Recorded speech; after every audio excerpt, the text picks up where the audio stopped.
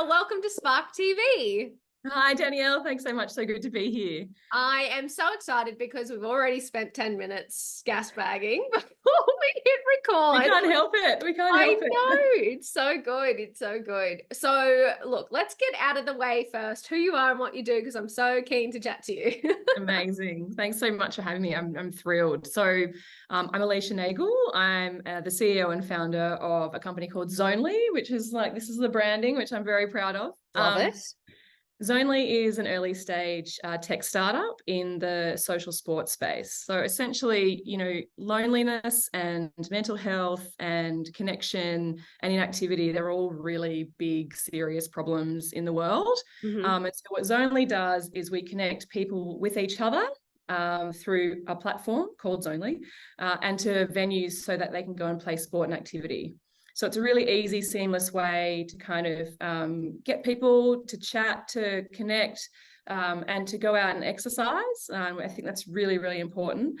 And so that's sort of the sort of entry level, I suppose, the early stage level that we're at. And we're starting with golf, which is one sport that I see a huge growth opportunity, particularly for underrepresented groups. So I'm a really passionate advocate for inclusion when it comes to gender, disability, and people of color and those sorts of areas. So I want to create a kind of a place, a community, an active community where everyone can come together and learn and play and access sport and activity. And I want it to go beyond golf into more sports.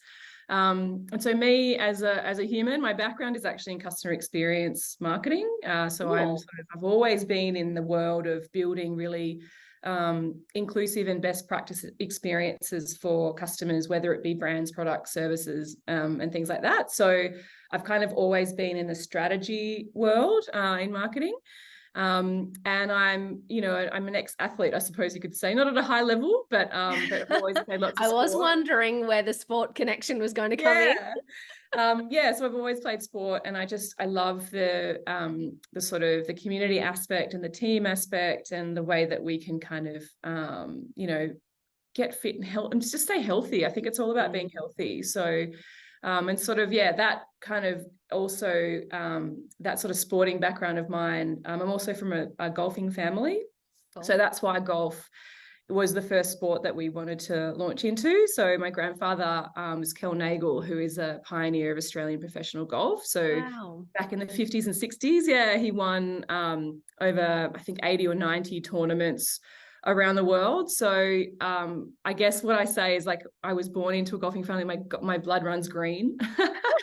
So I was going to get to a stage where I was working in golf at some stage. It was always going to happen. I feel like I just couldn't fight it any longer. And so I created this platform to start with golf as a sport where people could connect and go out and be social.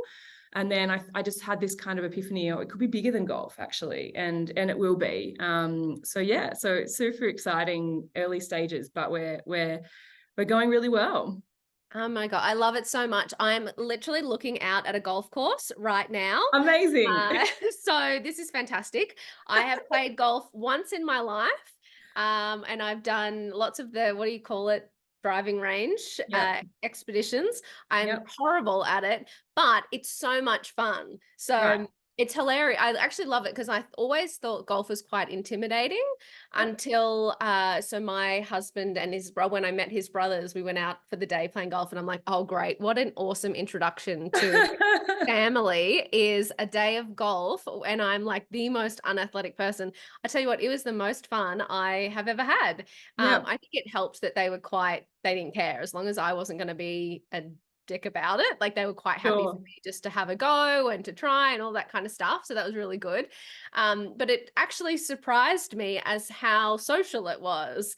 You know, it seems like such a masculine sport, and that, you do have to be quite athletic, but I was like, no, you can kind of just have a good time. And it was really, really cool. So I'm actually love that you started with golf. I mean, obviously it's a no-brainer coming from a golfing family and such heritage, but I'm thinking my own personal experience with golf, it was something that I was like so intimidated by, but had so much fun. Yeah, it's funny, isn't it? Like this is the I guess the preconception that golf has globally, that it is Mm, male, it's exclusive, it's elitist, it's expensive. mm.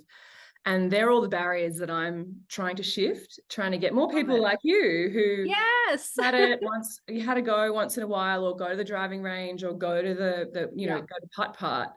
Yeah. That's sort of the gateway drug Yeah. almost, the on-course play and that sort of thing. And it is like, yes, it's a really technical sport, but if you get some of the foundations, like I'm Mm, planning on building a kind of beginner's pathway as well. So having lessons and clinics, and we've already trialed some of that last year, to get more and more people into the sport, because it is one of the most inclusive sports there is, because of the nature of the way that, I don't know, I don't want to get too technical, but there's a handicap mm, system, which is basically mm, your ability score. So anyone can play with anyone at any level. You've already got different tees, which you mm. hit the drive, when you hit your drive off the, for one hole, they're different lengths based on your ability. So it is really inclusive. It's just we haven't Mm. kind of harnessed that and made everyone feel comfortable. I think it's always had this male domination to it, and a lot of sports are that way, right? But we've seen the change in the way we look at sports, like football, for example. Look at what happened with the Women's World Cup. Oh my God, Like exactly. there's so Yeah. much, innovation and transition around gender and inclusion for sport, and Mm, golf is happening as well. And I suppose it's just teaching people that there are ways to join and have fun and be yeah. social. Like we say that it's social first and golf second. Mm-hmm. We're not taking ourselves too seriously. We have lots of different programs.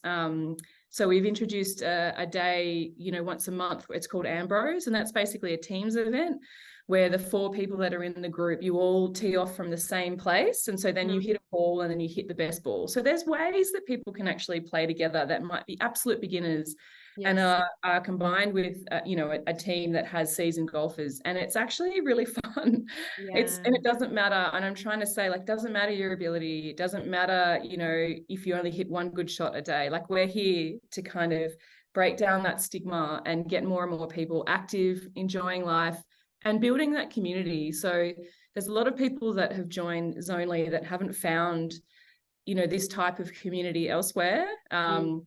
A lot of social golf clubs are quite, male dominated, or they might be different types of people, and they might not be as welcoming. It just depends on who you are and what you want. But basically, where our doors are open, everyone is welcome.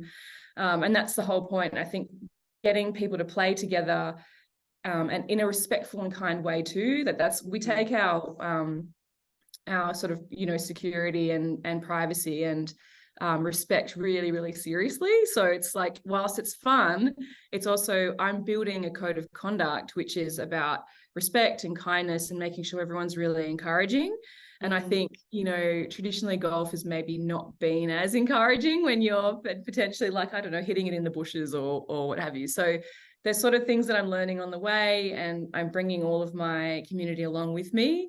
And they're all wearing the hat of Zonely as well, and they're all really encouraging too. So it's it's almost a self-selection process. I think that some people are like, this is awesome. I'm welcome no matter how good or bad I am. And it doesn't matter actually at the end of the day. And they're just all a great bunch of humans. So at the end of the day, that's what community is about. You feel welcome. Mm. You can join in, and no one judges you for who you are or how you play. Yeah, and it's really interesting. I think you're right. When you think about, okay, if I wanted to go play a game of golf, it's like I always wanted to try. You're right, perhaps going straight to the, golf club, golf course, highly intimidating. Coming to you, it's like you already know that there are like-minded people in the Yeah. community, and that are going to be welcoming and going to, I guess, enable you to try something new. Exactly. And that code of conduct, I think, trying something new and offering access to people that may never thought about trying Mm, that sport or activity. Like, for example, when we scale, it makes sense to still have the venue-based model. So at the moment, golf is that venue-based model.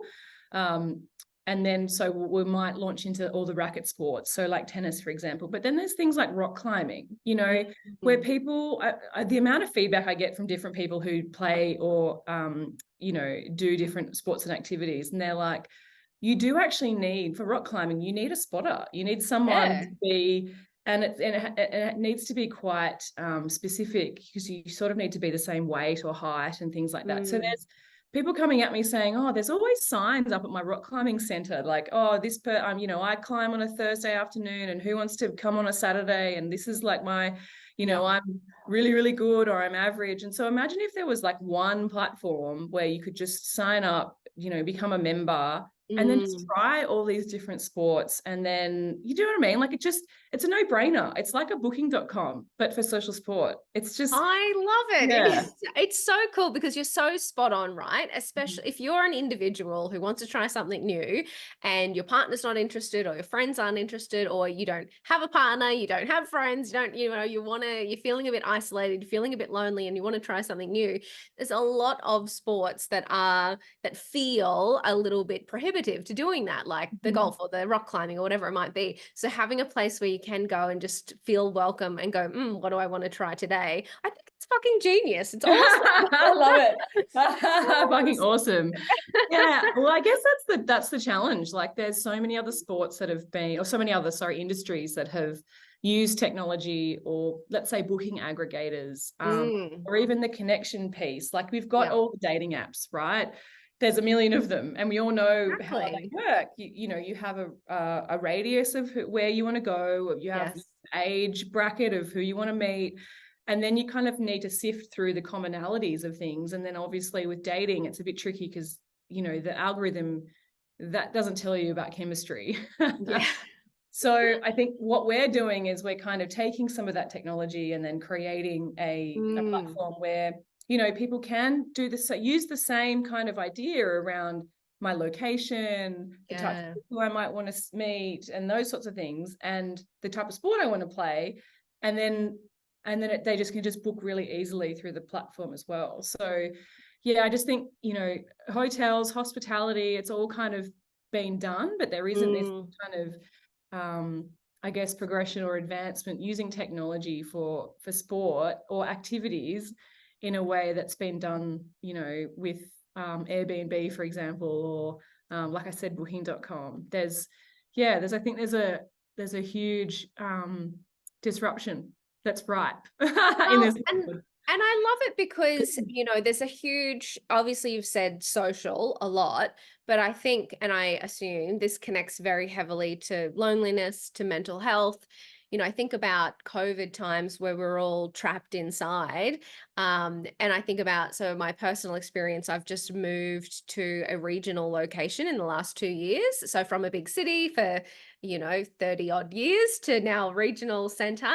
And, meeting people is, especially as an old lady like myself, not old, please. like you just, but as you get older, you just don't make friends or those connections as much. And I love the idea of being able to do it around an activity.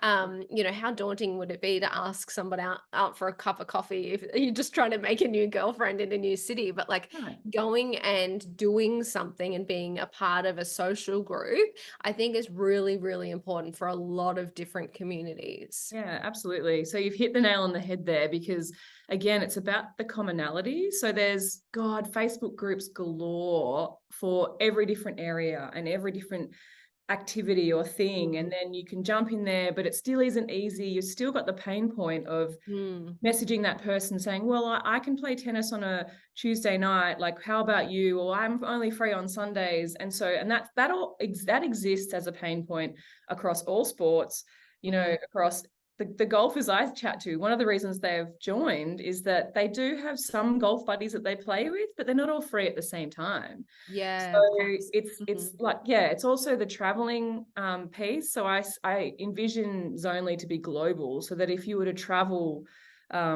to Malaysia or to Ireland and you wanted to play golf with some, nice, fun people, that Zonely would be that one-stop shop that you could actually, for networking too. So there's like the social vertical, which we've talked about, and then there's the networking side. So already golf, specifically golf, is, you know, so many business deals are done on the golf course. And Exactly what I just had in my mind. Yeah. right. And Yeah. so if we formalize that a bit more, and it's like Mm. a business owner wants to meet an investor, or a consultant wants to meet a startup founder, or whatever that looks like. Yeah. And then we combine all that data together, and it spits out, well, you know, there's a time at Making It Up Eastlake, which is in Sydney.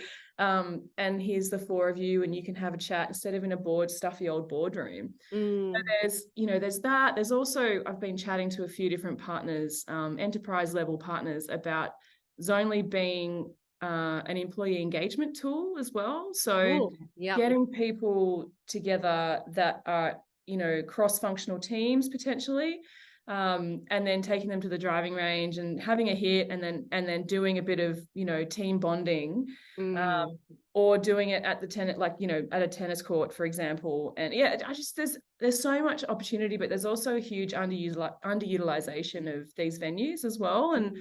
And the B2B side is really strong because they want to optimize their inventory as well, right? So they have free times, free court hire all the time, free tee times that are available. And so how do we help them fill those times as well to maximize their revenue too? So there's sort of like, you know, I'm a bit all over the place, but there's lots of opportunity. And I think the business networking side is really interesting, and, you know, the employee engagement piece, because yeah, naturally underrepresented groups aren't playing as much golf, and then they don't have those opportunities to have those business deals or to be around those discussions. And so how do I do that in a way which is gender inclusive, making sure we have quotas or targets, and things like that, so that then underrepresented groups like women or people of color or people with disabilities can be at these sports and activities and be part of those conversations. So there's sort of a lot of advocacy and a lot of moving parts, but that's my vision. And it's a big, scary, hairy goal, but I think having a place where there is, you know, maximum optimization of venues, a way for underrepresented groups to get involved in some of these opportunities, and then just have fun doing it. The dream. Oh, no, and it's really interesting as you talk through the different areas. It's so clear, all of the different opportunities, but you're right, it's huge. How did you go about even starting to build a platform, a marketplace, a network? Like, how did that even begin? Obviously, taking it from idea stage to getting something that somebody could actually participate in one of these moments. Yeah, it's an interesting question. And it's been, so, you know, in the tech world, we use the term MVP, which is not most valuable player. It's a minimum viable product. And so what that is just basically a set of tools that you can put together, whether it's digital, depends on your business, but I'm in tech. So whether it's a tech set of tools or you know, a combination of things, to then give people an experience that is quite basic, but it gives them an opportunity to experience the service without building a $500,000 website, an app, and all of the, you know, the technology shiny things eventually need, right? So I started just doing some research around, you know, what's the gap and what do people want? And as a golfer myself, I was almost solving a sample size of one problem. I thought, I've just picked up golf a lot more in my later years, much to my pa's detriment. I think he'd be rolling over in his grave thinking, you've only played golf more recently. So I think he wished I played from more seriously from a younger age. Anyway, that's another story. But I just thought, if I'm having this problem where I'm playing social and wasn't really prepared, like you said, to join a club, I sort of wasn't ready to dip into my pocket for a year membership and things like that. And I thought, surely there's other people that are having this problem. And yes, I came across a few people, and I thought, I could just run some weekend events, just really kind of low key, lo-fi, like, you know, lo-fi on the technology. And then I realized that, like I said before, there's Facebook groups, and there's Facebook groups galore that are, you know, people who golf basically. So they're in different geographic locations, and they're all looking for people to play with. And so I just created a Facebook group, but I started it just in Sydney, so New South Wales. So it's geolocated, so it's quite specific, because I didn't want to be that kind of group that people from outside wanted to come in and play, but I just wanted to test the events first. So then I just used a website builder. It's called Wix, but there's Squarespace and Webflow and you name it. And it's just a drag and drop website with an event booking functionality. And then I just integrated it with, made sure that the finances were in the right place. So I have Stripe as my financial, integrator. Oh, the lights have gone out. Anyway, we'll keep going. I'm in here too long, obviously. Yeah, I was just about to say you need to open the door and shut it again. Yeah. Oh, good. And so, yeah, I think with a combination of those things, it was just an easy way to say, okay, well, I'll have the Facebook group as a forum for people to chat and get involved and get to know each other a bit better. And then I'll just have weekly events and then I'll just test it for a few months. And it was really that simple. I think when people start a business, they sort of think they have to have all the answers and all the technology, when actually most of what I've done this year has been more heavily on the social media side and the building them, because I'm a marketer, obviously. So building the kind of email database, making sure people are, aware of when we're having events and where they are, and just talking to people, just getting all that immediate feedback. And that's why I've been at every event, because I just wanted to understand if this was something that people liked, something that they would pay a membership for, and just getting all that live feedback, which is so valuable when you're really like early days, I think, building a business, because if you don't get that feedback, then you just don't know if you're going right or wrong, or we have a lot of assumptions with our own lived experience, and I prefer to get that evidence base, the data behind, well, is this what people want? And so some of those initiatives that I talked about, so the clinics and the lessons and the Ambrose team days and things like that, have been born out of a need that people have told me that they want. So, it's pretty basic, but I'm in a position now where I'm actually building a better website and a better kind of digital experience, because we've outgrown, the 9 months or however long we've had the website builder, because it gets to a point where you actually need to build some more custom, code and things like that. And rather than just like off the shelf, it might not work for the long term, but just depends on your business. I think mine's operated as like an event booking portal, an email database, a social media kind of forum, and then it's sort of all wrapped up in this kind of digital world, which is very much still in the physical. So people use their desktop or their phone to book the event, and then they put the theme down and go out and enjoy the activity. Like at the end of the day, that's what I want. So less time on the platform and more time out in the real world. No, that's so good. And I just love that point as well, because, I think a lot of people delay starting because they feel like they need to build an app or build a tech platform or build this or that. And oftentimes the best place to start is exactly as you said, whatever you can physically do yourself, whatever you can pull together from tools that are builder type tools or pre-existing tools, until you get that user feedback. And I love the idea of, let's build stuff people actually want by talking to them and getting them in there to experience things. Surprise. I know, don't build things people don't want. It's so funny. It's actually really interesting. It's because it's on my mind right now, because I'd had a funny start to the year, and I was really, and I think I blame COVID. I had COVID last week, but because I think I had a foggy head, I was really feeling unclear about my next steps in business. And, I have kind of big goals, but like the little things to get there, I was really feeling disconnected from the how I'm going to get there. And I sent out a user survey yesterday, and just reading through the feedback and the answers to the questions, I'm like, oh yeah, that's it. Like, that's the thing. And it's just, isn't it so funny how, just your whole business is built around customers. You don't have a business if you don't have users or customers in some capacity, but for some reason we avoid talking to them. Yeah.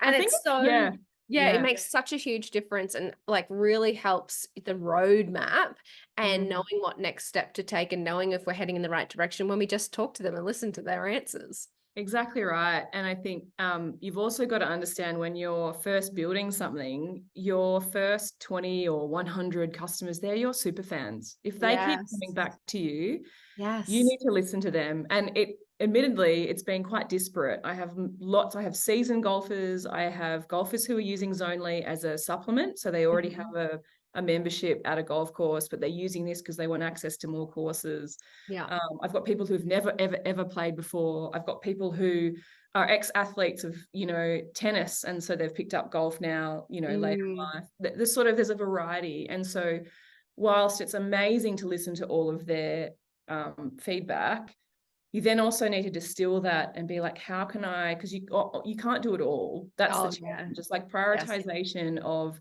well, what's the most important thing? And actually, where is my lowest hanging fruit for some of these ideas or some of this data that I'm receiving? And let's go down that pathway. What makes sense? Because, even though they're all your super fans, if you've got like 6 or 7 different persona types in your super fans, it makes it really tricky to decide which direction to go and what to do next. But as long as you communicate with them that you're on this journey, and that's what I keep saying to my wonderful community, who are almost like my family now. We've got 70 active members, and they're just the best humans, and they're like, how can we help? Do you want us to host? There's all these sorts of opportunities that I can get them more involved. But it's so wonderful to know that I've built something where people are returning. I think that at the end of the day, I'm like, I know it's working. And I have these moments of like, what am I doing? And you wake up and, like you said, you had COVID, you poor thing. And you think, oh my gosh, well, if I was working at a company, I'd get sick leave right now. And where's that? So, my boss is a slave driver. Right, exactly. I'm so He's hard the on worst. myself. Yeah. And so I just think like that's the other thing. No, listen to your super fans. And sometimes it can be really hard because you might try something and it doesn't work and they don't like it. Yeah. But if they like you and they like what you're doing and they want to support you, they'll tell you. Yeah, they'll totally. tell you the honest truth. They'll say like, no, didn't like that for these reasons. Yeah. And then you just need to decide what to do next based on and just make sure you've got data and evidence, because if it's gut, if you're just sort of testing your assumptions and your hypotheses, I guess, you need some more kind of like data to tell you if these are the right decisions. And obviously early on, it's really difficult to do that sometimes because you might not have enough evidence to tell you either way, but definitely just talk to your customers, talk to them all the time, pick up the phone even. I've got every single one of my active members in my phone, and I'll be on the text all the time saying, hey, like, you didn't turn up on the weekend, like, was everything okay? Was that not a venue that you wanted to play? And inevitably they were just away or something. So, but I'm always checking in and saying, is this what you want? Tell me what you need, and then I'll build around it, because I think like they're just so valuable for your business growth, especially in the early days. And they'll be referring your business to other people. It's about word of mouth, especially with something like I'm building, which is very much community based. So the core piece of Zonely is the community itself. You come for the product, but you stay for the network. And that is the strongest, value proposition I can offer in this type of, business that I'm building. It's like, it's not actually about the golf. It's about the people, it's about the humans, and it's about those connections. And they all are so supportive of each other. And I don't have to control that. That's just happening because of the code of conduct and what I'm building, which I'm so super proud of. Well, and it's really interesting as well, because I know this happened a lot. Well, it's happened a lot over the last couple of years, but community as a marketing strategy is actually really interesting, and something that I think that you can apply to more businesses than you think you can apply it to. Like, you don't have to be building a membership community to be actually focusing in on a specific community of customers and utilizing them as a marketing strategy. And I love it because it is just literally, if I can make their life better, they will be my advocates. Right. Just writing that down, community as marketing. Yeah. Yeah. No, totally. But it is, right? It is. It's true. It's It's it's true. so funny. Like, decades ago, obviously we still call it word of mouth, and now we have it in so many different capacities. We have influencers and, Yeah. UGC creators. But I feel like, at the core of anyone's marketing strategy needs to be their customers. And if Yeah. you can generate word of mouth, you know, having them as advocates for your business, I just think it's so powerful. Mm. It's so funny. We spend so much time going, what's the next viral reel that I'm going to create? And, we waste a lot of time thinking about those things and looking at competitors. And I Mm. think not enough time actually talking to our customers and getting them to be so excited that they tell inevitably their other people who are like-minded in their communities. Yeah, exactly. And it will save you money. Oh my God. Like the Yes. word of mouth referral strategy that any company Mm, can have, it's essentially time. It's not, you don't yeah. pay people to do it. Well, you can, but that's not very authentic. Totally. But you don't pay all your super fans to bring their friends along. They'll just do it because Yeah. they're really loving what you're doing. And so that is 10 times more valuable than putting money into a really cluttered, I don't know, social media paid strategy Totally. or Google ads, or like they're still valuable, sure, but one of the key metrics that, especially in startup land, but anywhere really, is your customer acquisition cost. Yes. And the lower that is, the better it is for everyone. Better it is for your business, better it is for if you've got partners or investors. If you can prove that you're building a business off like the smell of an oily rag, and Yeah. your friends and your customers who are now your friends, Yes. that is so, so powerful. And it's also really profitable. So it makes sense in so many different ways. And I think it's so applicable across so many different industries as well. Like you think about, everyone has people like them in their close networks. If you're a restaurant, your customers have friends who like the same cuisine. If you're into some kind of sport, you probably have some friends who are as well. If you're a business owner, you probably have business owner friends. There's Yep. so many different industries that you can actually apply it to. And I don't know, sometimes it's not that sexy to talk about, but it's like sometimes good marketing is just making sure your customers are, beyond thrilled with what it is that you're doing. Yeah, exactly. And it can kind of be one of those epiphanies where you just think, sort of, we're always in the weeds, right? We're looking Mm, down, we're just working hard, we're, beavering away. And then every once in a while you think, oh, that really worked. And my customers are really happy. And so yeah. you have to give yourself a pat on the back for that. We sort of just, the celebration doesn't happen that often, I think, when you think, yeah, well, I've just had a really good win. Mm. And at the end of the day, if you're still existing and you're still in business, then it's like And you are like incredible killing it, thing. because that is actually Right? that's actually just as hard as every other piece of thing in business. Yeah, so many, startups or small and medium businesses don't survive. And so Really? it's like, it's a really sad occurrence. So you just have to be kind to yourself, I think, as well as um, having that support. Like sometimes your customers want to help, but you've not asked. Mm, So having that support as well. And I suppose I'm quite lucky in the way that I have a personal relationship with a lot of my customers, mm. right? So I see them all the time. I now consider them my friends.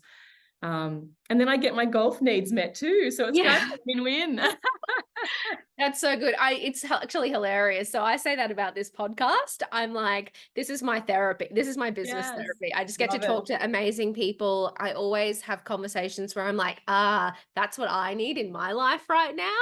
So that's exactly why I built Spark. It's just so I can have Incredible. business therapy around Aren't me we all the lucky? We're so lucky. And time. sometimes I'd forget how lucky we are to be able to do this. I mean, I don't have to go to a job I don't love and work for a Yeah. boss I don't like and all those other things. I feel lucky, but it is a hard slog at the best of times. So Oh, 2024, it's all about, so I did my intention setting last night, yeah. and the word I came up with was sustainability.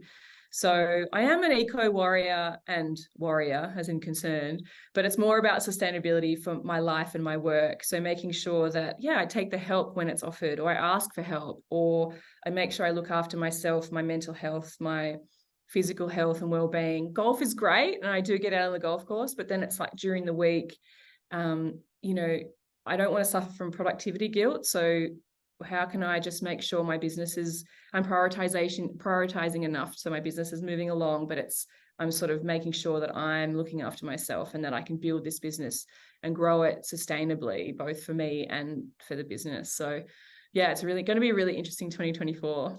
I love it. I have huge high hopes for 2024, but I think, you've made such a good point around, call it sustainability, call it prioritizing rest, call it anything. But I know personally, so I know everyone listening suffers from this as well. Yeah. But it's so, we know that rest is good for you. We know that rest is productive. We know that, we're humans. We can only do so much, but there is just this guilt that sometimes happens around business ownership. And actually, you mentioned it before we hit recording, is this hustle culture that we've all been used to for so long. And you just feel like if you're not doing more, then what the hell are you even doing? Right. But it isn't sustainable to actually treat yourself or your business like that. Mm-hmm. And I often find it's only in the times of rest that I actually have the great ideas, that I have the business transforming ideas, or I have the energy to actually show up for my business. Yep. So I think that you have just spot on picked the approach for 2024. Yeah, it's I've thought a lot about my energy levels last year as well. You're right. Rest, it's not sleep. I think people get the two confused. Yes. Sleep is one part of rest, but rest Yeah. is many other things. It might be meditation or mindfulness. It might be exercise. It might be slow walk. It might be going into nature. It might be, not Reading that a I'm book. advocating for it, but like not doom scrolling on your phone, but some people find that relaxing. So whatever floats your boat, but you just need to make sure you're scheduling. And I'm getting better at diarizing that time, that scheduling, boundary setting, and saying no to things that either don't kind of fill my cup or are good for me and my business. So 100%, it's about energy.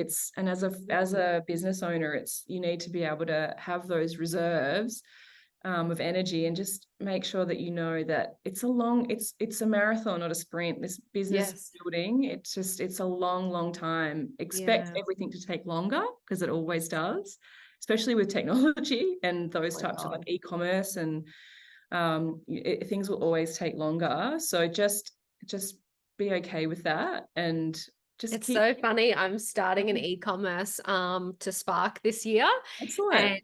And it is hilarious, because you're right. I had this, brainwave, something I was really excited about. And of course, a lot of the stuff I've done to date. So I've got a software platform. So yes, tech that fucking took ages and is still but like a lot of the digital stuff I do, I can have an idea and a landing page built in a day. Like I love that speed to digital. But it has been really funny. I've really had to temper my expectations with the e-com, because you're, doing samples, you're looking at packaging, you've got, okay, want to test that. Now I have to wait a week for that thing to arrive so I can see if it's even the right thing. And I've had to like really check myself this week, going, you know what, you're not launching this today. This is something that you're going to have to get right. And it may not happen for a couple of months or however long it's going to be. Right. You're just going to have to be okay with that. I think there's a level of control that we need to let go of sometimes. And my God, when you're solo, like I'm a solo founder, and that's hard in lots of ways, but at least I can make all the decisions. Yeah. But when it comes to suppliers and manufacturers, partners, customers that you're working with, they're not on your timeline. No, oh my God. No one's on my timeline. Packaging, you name it. Yes, you're right. Like I'm a non-tech founder, but I built my previous website quite quickly. It was just a one pager. It was so easy. But then when it comes to more custom things, and like you said, suppliers and third parties, you just have to be comfortable with being uncomfortable about someone else's timeline. Oh, totally. I reckon my decade plus in business is still just trying to teach me patience as a human. I want it now. I'm the most impatient person. Yes. Oh my God. Yeah, it drives me bananas. But it's what's that? That's why we do what we do, because we can get things done. And at the end of the day, it is about execution, isn't it? So lots of people have great ideas, but don't execute on them. So it's just about what I try, and this, we can probably finish up on this point, but what I try and do is when I get really overwhelmed or impatient, I think, what's the one problem in front of me that I just need to solve now? And then everything else floats away. It's like, you can have your to-do list, sure, but like, what's the one thing, one problem you can solve that will help get you to your goals or your dreams? Like just one thing. And that helps for anxious minds as well, because I'm one of those types too. So one thing. And, you know, there's lots of books and things about productivity and whatever, Eat the Frog and all those sorts of things. Literally, like, what's the one thing you can just get done now to get you on your pathway? Do that for 5 minutes and you'll find the action builds that momentum. Productivity. Exactly. Yeah. So. I love it so much. That's like, so I have a very similar thing, but I call it the Post-it note method. Yeah. So I like brain dump everything that's like in my brain, like all the to-dos, and then I pick the one thing and I put that on one Post-it note and I turn over the to-do list, so I can't look at all of the things. Otherwise, all I do is just look at this to-do list. I'm like, oh, should I do that? Should I do that? Should I do that? And I just like spend an hour like procrastinating over what to do. And I find if I just go, okay, well, that doesn't exist anymore. This is the one thing I've chosen. And it's the only list I look at with one thing on it until I do it. Yeah. And love it. That just helps me put that first foot in front of the other. Yeah. Because otherwise our brains are so connected to these to-do lists. Oh my God. You know it's there and you think, I'm just going to close that, pretend it's not. I love it. Just focus on one thing. That's it. You are absolutely amazing, Alicia. Thanks, Danielle. Love the chat. For spending your time with us in the Spark community. Best of luck. I can't wait to talk to you again in 12 months and hear how everything is going. Have you back on the show to update us. So you're incredible. And thank you again. Thanks so much, Danielle. I really appreciate it. Sorry about the lights. And we'll get you on the golf course too. So I can't wait. Oh my God, yes. We'll show off my golfing prowess. Excellent. Thanks again. Oh, so good.